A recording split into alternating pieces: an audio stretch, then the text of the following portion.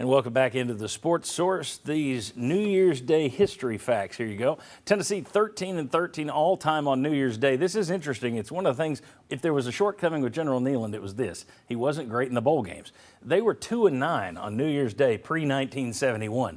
Since then, since Bobby Scott led the Vols to a big win over Air Force in the Sugar Bowl in 1971, they're 11-4 on New Year's Day. So they've been better of late. Last time they played on New Year's Day, way back in 2016, in the Outback Bowl when they whipped up on Northwestern. Iowa 6-6 all-time on New Year's Day. Their last New Year's Day game was 2 years ago in the January 2022 Citrus Bowl when they lost to Kentucky 20-17. This Citrus Bowl fact brought to you by A.G. Hines Company. If you are starting a do-it-yourself project in 2024, start it with building materials from A.G. Hines Company. All right, so as I mentioned, Nico gets the start. 19 Vols won't be playing. One might think that the pressure is off Josh Heupel in this game. Bob Hodge, will it be? The pressure will never be off Josh Heupel as long as he lives and breathes in Knoxville, Tennessee. So that's the first statement. No, the pressure won't be off. But you've got several different kinds of pressure, one of which is Nico, long awaited. He's been part of the conversation now for what, almost 2 years? Something like that. What if he comes out tomorrow and he's great? He's fantastic. He's everything you want him to be. Immediately, right off the bat. Against a great defense, he comes out, he looks fantastic, he leads them to a win.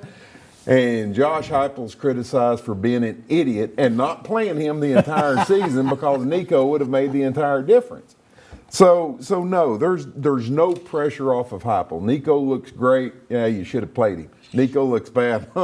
So this is what we got to look forward to. Why don't you have him ready? Yeah. So no, the pressure's not off Heupel regardless of why didn't you play more than 52 snaps during the season? If he's good. If he's good. Why did you waste 52 snaps on him if he's bad? That was the first call I got from Bob as soon as the announcement came Wednesday. So I want to ask you guys, how much of that is the factor? If Nico comes out and looks really good, are the people who hated Milton and wanted Nico all year going to come out and say, see, why didn't you play him earlier? There's always going to be noise because if Nico looks good, then I do think he's going to hear that criticism.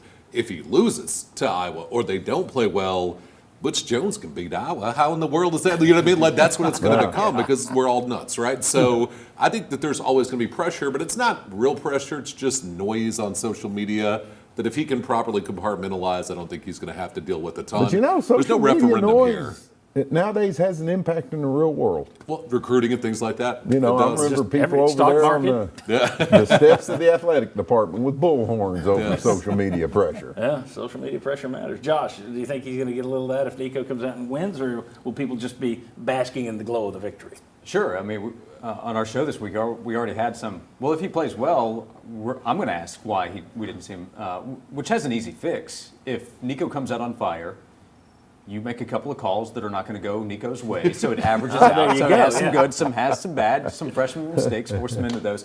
I still think the better solution here for Josh Heupel would be for the offense to look really good and have something to build on. If Cameron Seldon can make some plays along with Nico, and overall over 8 months, the hype will kind of go out of control. It'll probably be out of control by Tuesday if Nico has a big game, but you still want more success. If it doesn't go well, you do have some defense for the regular season.